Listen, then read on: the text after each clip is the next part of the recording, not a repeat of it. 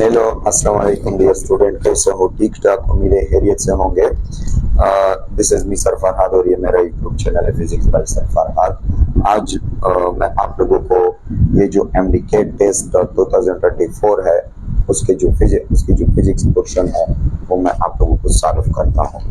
तो मेरे पास कोड ए की टेस्ट है और कोड ए में फिजिक्स की पोर्शन 123 123 जो एमसीक्यूज है 123 एमसीक्यूज उससे स्टार्ट हुआ है। और फर्स्ट एमसीक्यूज क्या कहता है? A car is moving in a circular path with a constant speed what provide the necessary centripetal force to the car to move along this circular path। पहले तो statement को आप समझे। स्टेटमेंट क्या कह रहा है कि एक कार है और वो एक सर्कुलर पाथ में कांस्टेंट स्पीड के साथ मूव कर रहा है। तो आप लोग मुझे ये बताएं कि इस सर्कुलर पाथ में जो कार मूव कर रहा है इसके लिए जो नेसेसरी सेंट्रीपिटल फोर्स है वो कौन प्रोवाइड कर रहा है? क्योंकि आप लोगों को ऑलरेडी पता है कि सर्कुलर पाथ में जब एक बॉडी मूव कर रहा होता है तो उसके लिए सेंट्रीपिटल फोर्स की जरूरत होती है। तो वो कौन सा फैक्टर है जो कि इस फोर्स को इस मोटर कार के लिए प्रोवाइड करता है? उसमें ऑप्शन दिए है कि the car inertia resisting any change in direction, the car number be the car mass pulling it towards the centre of circle, number C the engine power pushing the car forward, or number D the friction between the tire and the force।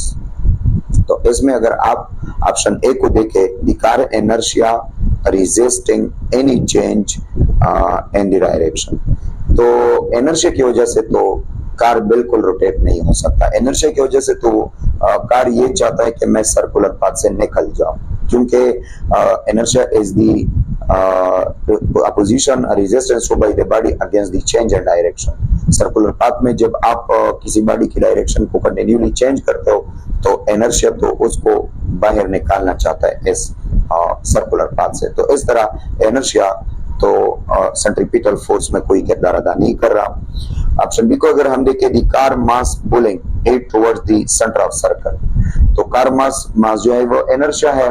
Inertia और मास तो एक ही बात है, मतलब inertia मास ज्यादा है तो inertia ज्यादा है, मास कम है तो इनर्शिया कम है।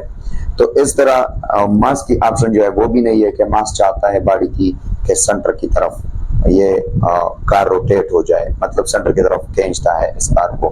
मास तो चाहता है कि इस सर्कुलर से पाथ से ये कार बाहर आ जाए, क्योंकि वो भी एक इनर्शिया जो है वो रेजिस्टेंस शो करता है।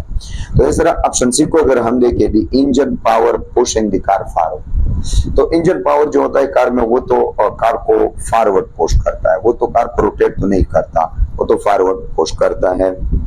वो भी अगर फॉरवर्ड पुश करता है तो वो भी टेंजेंशियली एक कार को स्पीड अवे कर देता है एक सर्कुलर पाथ से। और हम डी पॉइंट को देखें, the friction between the car and tyre and road, तो टायर और रोड के दरमियान जो फ्रिक्शन फोर्स है एक्चुअली ये सेंट्रीपिटल फोर्स को क्रिएट करता है। हम बैंकिंग करते हैं रूट की बैंकिंग, तो बैंकिंग करने से नॉर्मल फोर्स जो होता है उसकी एक कंपोनेंट हम टुवर्ड सेंटर बनाते हैं, और इस तरह वो तो आइडियल केस में हम पढ़ते हैं, और प्रैक्टिकल केस में बैंकिंग के साथ साथ फ्रिक्शन फोर्स जो होता है वो बहुत अहम रोल अदा करता है सेंट्रीपिटल फोर्स को प्रोवाइड करने में। जो फ्रिक्शन फोर्स है between tyre and road, this provide the sufficient या the necessary centripetal force to the car to move the car along a circular path with a constant velocity। This is MCQs number 1।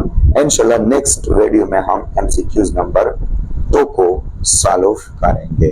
Okay, thank you.